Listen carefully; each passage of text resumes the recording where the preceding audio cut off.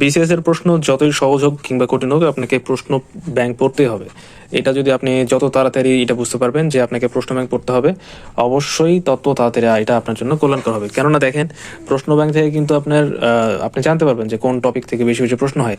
যেমন যদি 47তম BCS 48তম BCS এর কথা বলি, সেক্ষেত্রে আপনারা দেখবেন যে সেখানে একই ধরনের যে টপিক সেখান থেকেই প্রশ্ন এসেছে, কিন্তু আপনার একটু ডিপ ভাবে এসেছে। তাহলে আপনি যদি প্রশ্ন ব্যাংক না পড়েন, এই জিনিসটা তো জানতে পারবেন না যে কোন টপিকটা ইম্পর্টেন্ট।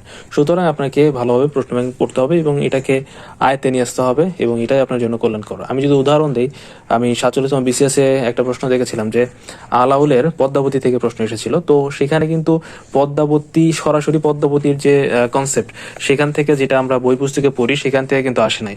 তো এইটা যখন আপনার প্রশ্ন ব্যাংক ব্যাখ্যা সহ পড়বেন, তখন কিন্তু প্রশ্ন ব্যাংক থেকে আপনার যে ডিপ একটা ধারণা বিভিন্ন প্রশ্নের মধ্যকার, সেটা আপনি জানতে পারবেন এবং টপিকগুলো আপনি ভালোভাবে আয়ত্তে নিয়ে আসতে পারবেন।